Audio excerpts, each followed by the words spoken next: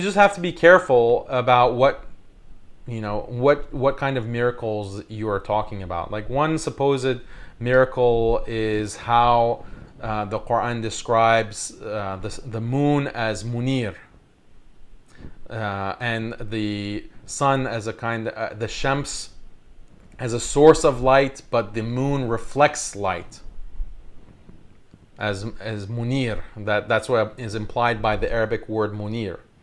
So this is a scientific miracle, supposedly, that, wow, see, we know now, according to 21st century or 20th century, that the sun is a source of light and the moon is a reflection or a reflector of light. This is a miracle. This shows that only the Quran could have only come from Allah.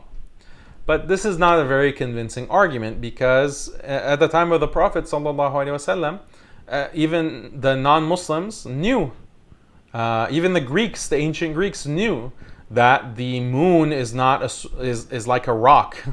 The moon has, you can see on a clear night when there's no light pollution, you can see the shadows on the moon. It's very clear that the moon is not a source of light, whereas the sun is radiating a bright, bright light.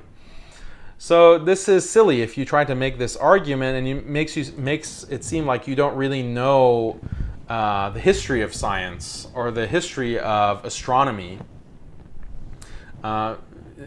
The Greeks and also the Romans had very sophisticated calendars when it comes to the motion of the constellations, the motion of the stars and the planets. Ptolemy, they were very sophisticated in this regard. So that information was available because the Arabs at the time of the 7th century and the Prophet ﷺ, they were using those calculations for navigation purposes in those ancient times.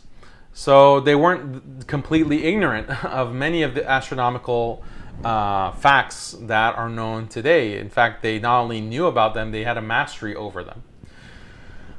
So, I mean, you have to recognize, like, you shouldn't consider... Many of these scientific miracles are predicated on the idea that people of the past were just so stupid and so ignorant about the natural world and basic facts about the earth and astronomy, but this is not correct. It's not scientifically accurate, and it makes the argument fail in a miserable way.